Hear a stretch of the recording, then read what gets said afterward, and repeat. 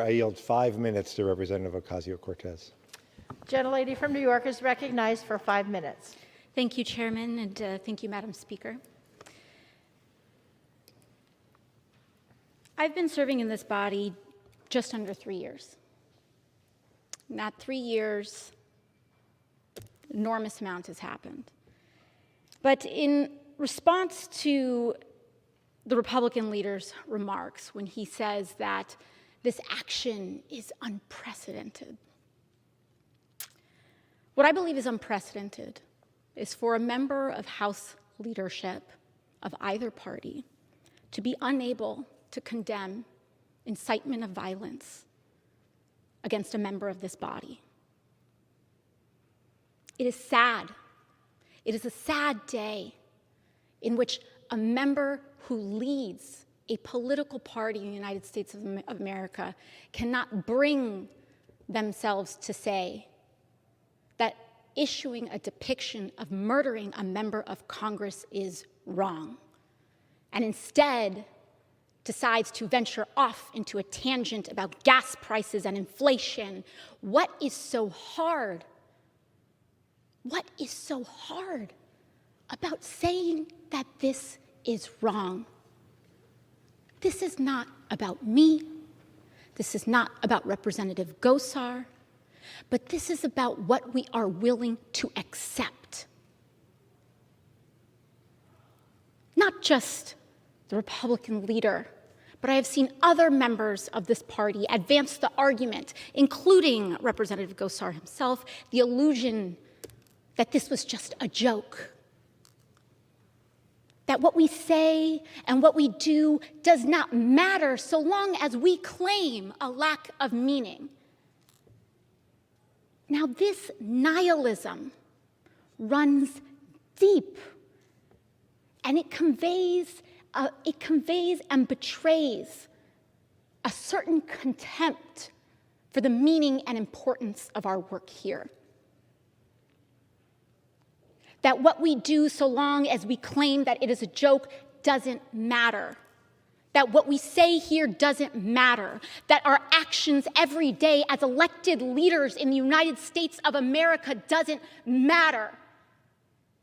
That this chamber and what happens in it doesn't matter. And I am here to rise to say that it does. Our work here matters. Our example matters. There is meaning in our service.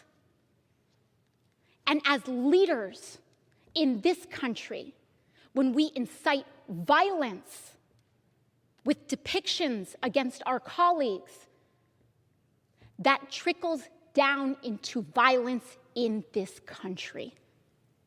And that is where we must draw the line, independent of party, identity, or belief. It is about a core recognition of human dignity and value and worth. So when we talk about, as mentioned in the resolution, that these depictions are part of a larger trend of misogyny and racial misogyny, racist misogyny, this has results in dampening the participation. And so this vote is not as complex as perhaps the Republican leader would like to make folks believe. It's pretty cut and dry. Does anyone in this chamber find this behavior acceptable? Would you allow depictions of violence against women, against colleagues? Would you allow that in your home? Do you think this should happen on a school board? In a city council? In a church? And if it's not acceptable there, why should it be accepted here? Lastly, when the Republican leader rose to talk about how there are all of these double standards and lists a litany of all these different things, not once did he list an example of a member of Congress threatening the life of another? This is not about a double standard, and what is unprecedented and what is tragic is the descent of transgression in this body. I grew up as a little girl with awe about our nation's capital. The reverence and the importance and the gravity of our work here. Additional 30 seconds. Gentlelady is recognized. The gravity of our work here. So the question that I pose to this body in response is, will we live up to the promises that we make our children? That this is a place where we will defend one another regardless of belief. That our core human dignity matters. If you believe that this behavior is acceptable, go ahead. Vote no. But if you believe that this behavior should not be accepted, then vote yes. It's really that simple. Thank you, and I yield back to the chair. Ocasio-Cortez. Thank you so much, Representative Bowman. And we're here, Bronx Boogie Down Caucus checking in, Yurt Caucus checking in, Student Loan Cancellation Caucus checking in, because this is getting ridiculous. This is ridiculous. I am 32 years old. I was told, I'm a first-generation college graduate on my mom's side. And growing up, I was told since I was a child, your destiny is to go to college. That's what's going to lift our family up and out. That is our future. That's what we're here to accomplish. 17 years old, when college recruiters started coming to my high school saying, this is worth it. And we still do that today, because it's teenagers signing up for what is often hundreds of thousands of dollars of debt, and we just do that. And our government allows that. We give 17-year-olds the ability to sign on and sign up for $100,000 worth of debt, and we think that's responsible policy. I'm 32 years old now. I have over $17,000 in student loan debt. And I didn't go to graduate school because I knew that getting another degree would drown me in debt that I would never be able to surpass. This is unacceptable. Not only that, 65% of all jobs in this country require an education beyond high school. First-generation college students are 2 times as likely to report being behind on student loan payments.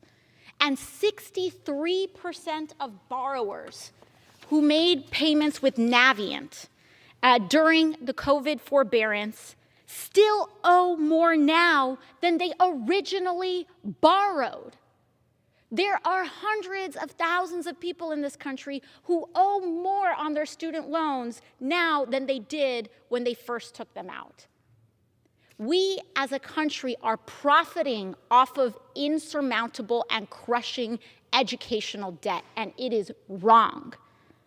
It is absolutely wrong.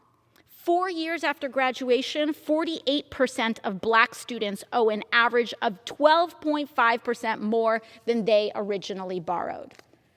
But this isn't just an issue of a debt crisis. This is an educational crisis in the United States of America. If we want to remain competitive, if we want to remain innovative, and if we need the technological investments necessary to address things like climate change, we need an educated country. The United States has a policy of actively disincentivizing higher education. We disincentivize people from getting a college or secondary education beyond high school. That is backwards. And the least we can do, we have a moral obligation, an economic obligation, a political obligation to cancel student loan debt in the United States of America. We've seen the benefits that this has had during the forbearance alone. It has given people the breathing room to do what they need to do. And so that we can stop writing these ridiculous articles that young people are killing diamond rings and they're not buying houses and they're killing this industry or that we're not having children. It's because we're being crushed by immoral debt. No person should have to go into debt, crushing debt, in order to get an education. It's wrong. It's backwards, and it doesn't help us as a country. So I'm greatly looking forward to that. I'm greatly looking forward to the Biden administration canceling student loan debt and no longer advancing the false narratives that student loan debt is for the privileged. What a ridiculous assertion. Do we really think that a billionaire's child is taking student loans? Come on. Come on. If you are taking on student loan debt, it's because you are likely a working or middle-class person. So let's get real. Let's cancel it. It's in the interest of the people. It's in the interest of this country. It's in the interest of our future. And with that, I yield back to the distinguished representative from the Bronx and Westchester, Jamal Bowman. Thank you so much. And follow up with your senator. Say, hey, what's up? $15 minimum wage. This is part of the Democratic Party platform. Where are you at? Talk to him. Because one of the excuses that I hear people hide behind the most is, oh, no, I'm not getting any calls about this. No one is calling my office about this. I'm not kidding you. Like, a lot of people think this whole call your senator thing is BS and doesn't mean anything. I'm telling you right now, it is so influential. It's influential precisely because not enough people do it. And so when someone does call, it's like, whoa. And so call your senator, because very often they do say that. They'll say, oh, I'm not getting any calls on minimum wage, so my state doesn't care about this issue as much. Or I will tell you, the right wing does make a lot of phone calls. Oh my gosh. I usually know what Tucker Carlson or Sean Hannity or any one of these like Fox News goals were. How do you pronounce that? Anyways, ASL. Not ASL, ESL. You know, I often can tell what their monologue was, if we're getting attacked by Fox News, I can often tell what the monologue was the night before, because they send so many vicious people calling us, repeating the same exact phrases. And so what happens is that you get all of these people who are kind of like really brainwashed by a lot of these like tele-racists and just like kind of saying these lies on Fox. And then what happens is that they call our office and literally repeat phrases from the monologue from the night before. And it happens like so often, it's kind of like drones. It's really kind of weird. But it goes to show, but it, you know, it's influential. It is. I'm not even going to lie. It's influential. That's why they do it. That's why people pay so much money to do it. That's why the propaganda is effective. And so I'm telling you that you need to call your senator. You need to call your elected official. You gotta do it, because they will use your silence as acceptance. I see it happen all the time. I'm telling you firsthand. As a member of Congress, I hear you all the time. I'm telling you, I hear all the time people say, oh, I don't need to support minimum wage, Medicare for all, Green New Deal. I don't need immigration reform, DACA, whatever. I don't need to support it because I don't get calls on it. My district doesn't call me about that. And so I'm telling you, you need to call. The other thing too is that calling is really not just about, it's not just about haranguing people who don't agree with you on your issue. It's not about like nagging your elected official either. Please call your elected officials who you think are doing a good job. No, not just me, but call your rep. Your rep. If I'm not your rep, we'll take the call. We will always take nice things.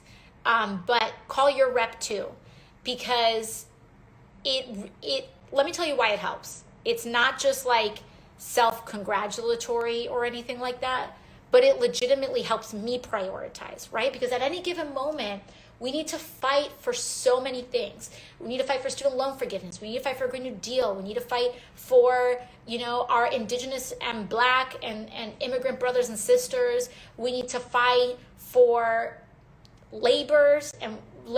We need to fight for the right to unionize. We need to fight for all of these things. There's so much positive change that we need to make in the world. And so your calls help me prioritize, because ultimately there's so much beautiful change to make in the world. But at the end of the day, my job, my core, strip away all the functioning, strip away everything. My core job is to represent and serve the people of New York's 14th Congressional District. And so I need to prioritize based on the conversations I'm having with my community. And if the less conversations my community is having with me, the less phone calls that my community is having with me, the less information I have to help me prioritize. And very often I think to myself, I'm like, okay, we have all these 10 issues. What am I gonna plan for March? Am I gonna do housing? Or am I gonna do housing in March and then environment in April? It helps you really prioritize.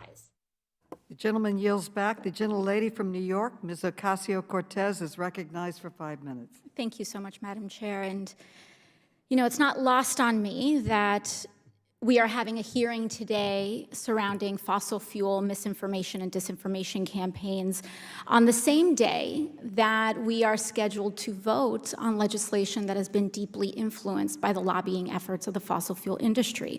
It's a wonderful opportunity for us to be speaking with the CEOs of BP, Chevron, Exxon, Shell, and the American Petroleum Institute.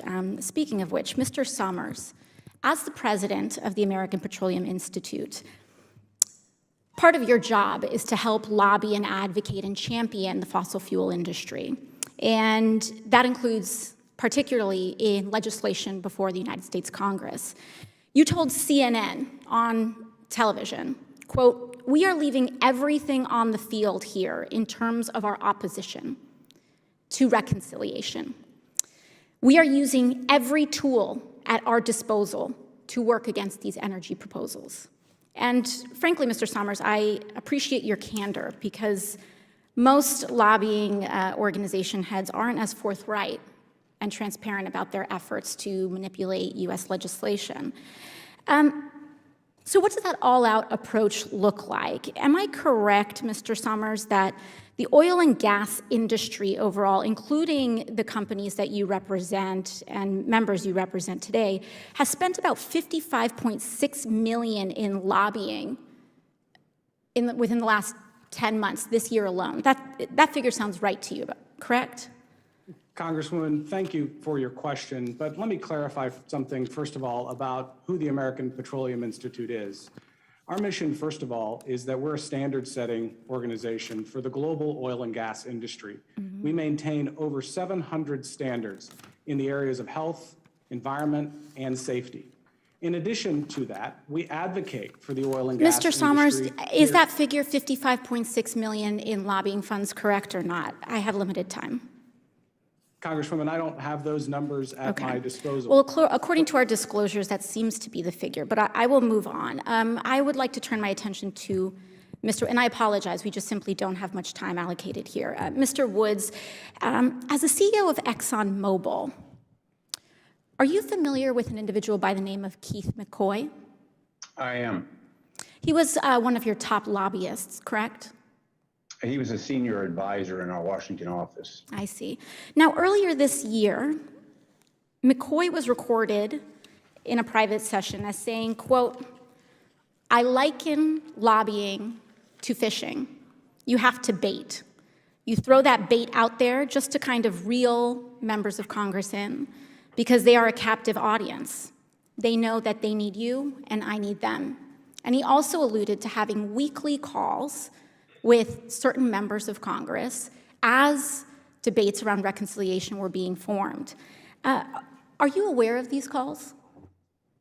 I am not aware of the calls. You are not aware of the calls. Have you participated in any calls with members of Congress throughout this process of reconciliation and infrastructure? I have. You have. Are political donations ever discussed during your calls with members of Congress? No, they're not. They are not.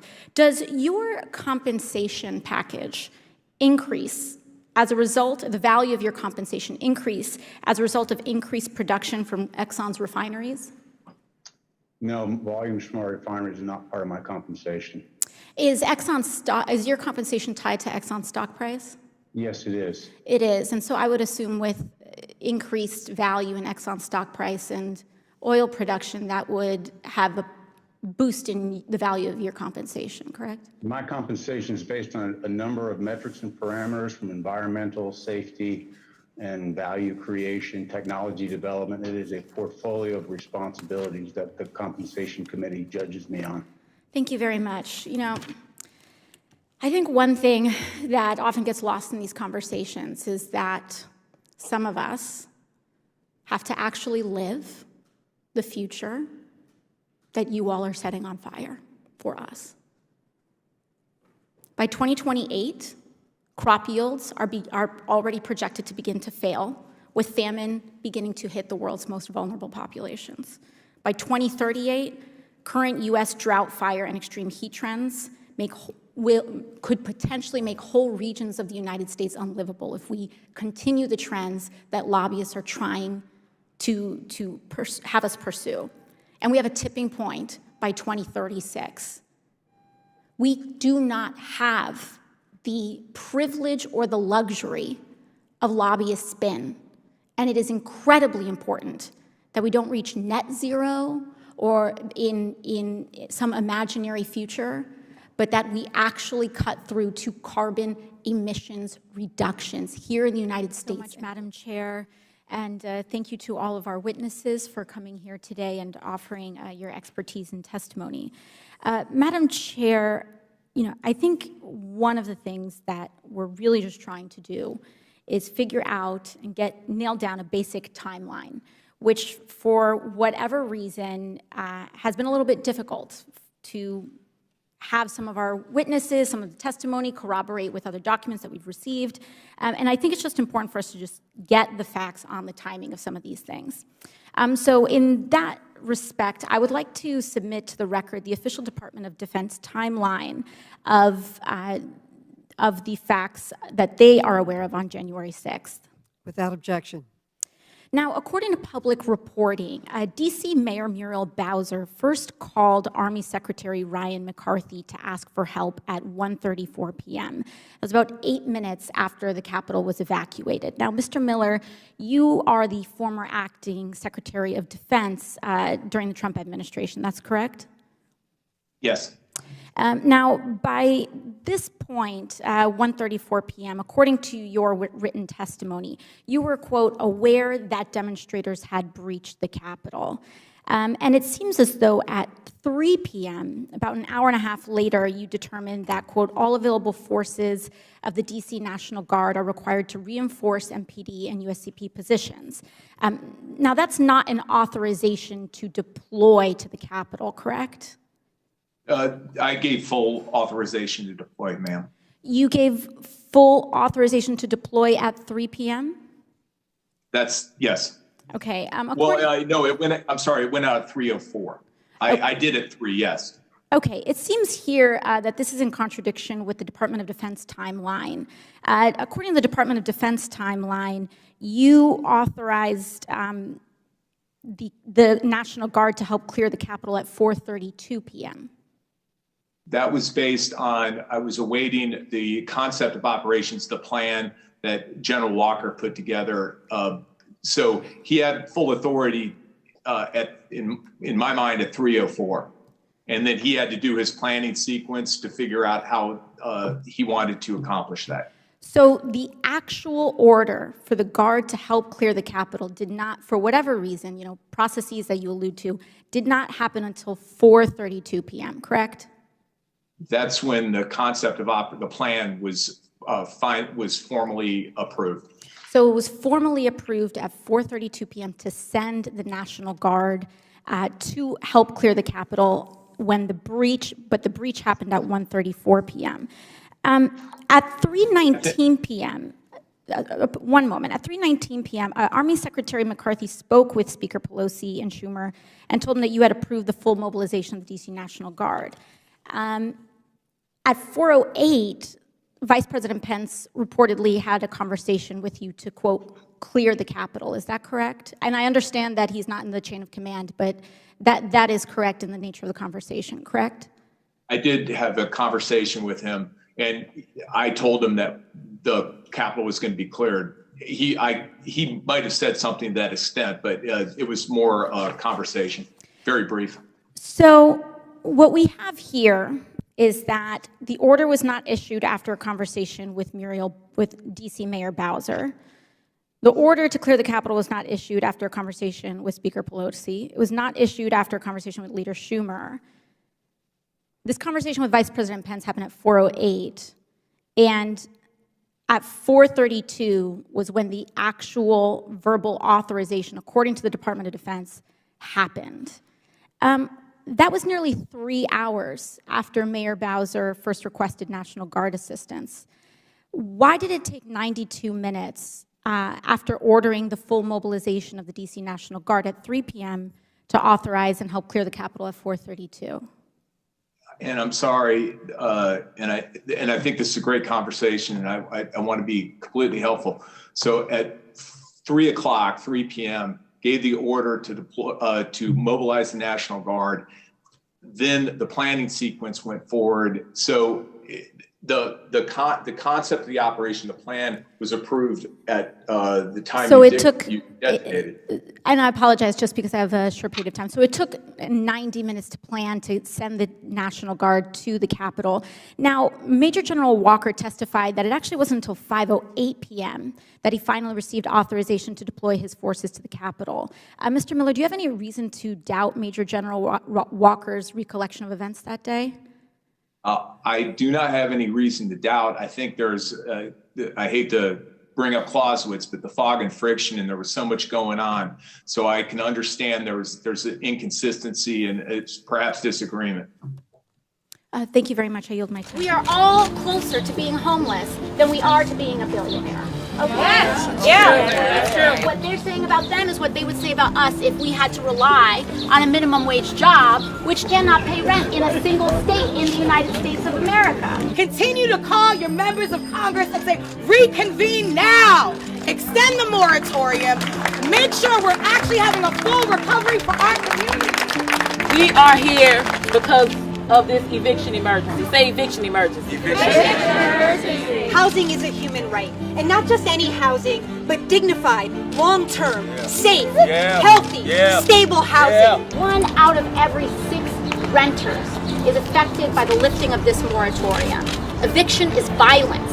If these are really the halls of power, are we using that power to feed, to house, to empower, to build, to love? If you don't know one thing about me, know that I love you, and everything that I do is because I love you. Corey's been out here sleeping since Friday, saying we are not going on vacation. Folks are not going to look away and think they can run away from this issue. So because I love you, I care that you eat.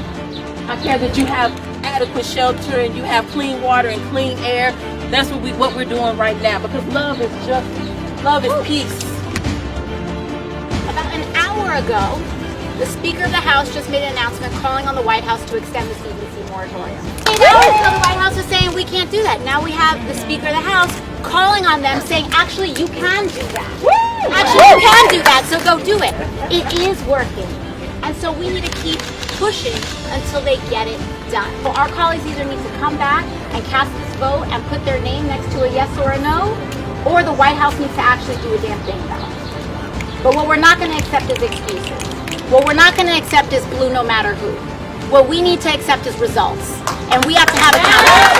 What do we need? Housing. When do we need it? Now. What do we want? Housing. When do we want it? Now. Everybody knew this was coming. Yes. We were sounding the alarm about this issue. The court order was not yesterday. The court order was not Monday.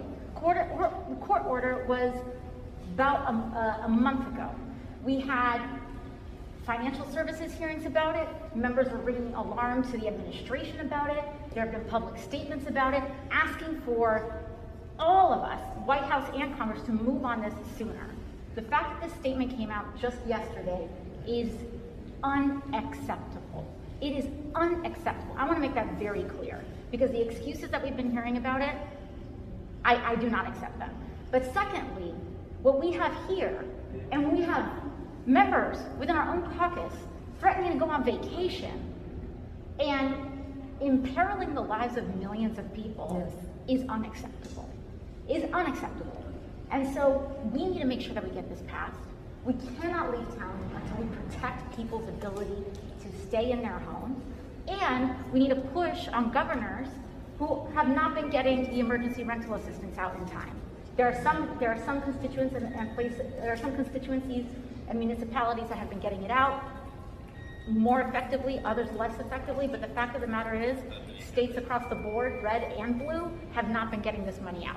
We have authorized a total of $46 billion in emergency rental assistance, and only $3 billion has gone out so far. No matter whose fault it is, the fact of the matter is that what was promised to people has not been given. And as long as those funds remain tied up in whatever elected officials of whatever party's hands, we cannot kick people out of there. There cannot be an eviction. There cannot be mass evictions right now.